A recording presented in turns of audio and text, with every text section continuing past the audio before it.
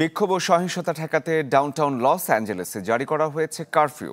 অভিবাসন নিয়ে টানা 5 দিন বিক্ষোভের পর এই সিদ্ধান্ত নেওয়া হলো। শহরের ডাউনটাউন এলাকায় রাত 8টা থেকে সকাল 6টা পর্যন্ত অনির্দিষ্টকালের জন্য এই কারফিউ বলবৎ থাকবে। বিক্ষোভ ছড়িয়ে পড়েছে new York, Chicago, Washington DC সহ বেশ কয়েকটি শহরে। আন্দোলনকারীদের সাথে সংহতি জানিয়ে রাস্তায় নেমে এসেছেন যুক্তরাষ্ট্রের বড় শহরগুলোর অভিবাসীরাও। পুলিশের বাধা উপেক্ষা করে এই আন্দোলন চালিয়ে যাওয়ার প্রত্যয় ব্যক্ত করেন তারা। নিউ ইয়র্ক, শিকাগোতে আটক করা হয় বেশ কয়েকজনকে। এদিকে এই আন্দোলন কঠোর হাতে দমনের হুঁশিয়ারি দিয়েছেন ডোনাল্ড ট্রাম্প। আইন অমান্যকারীদের কঠোর শাস্তির আওতায় আনা হবে বলে জানান মার্কিন প্রেসিডেন্ট।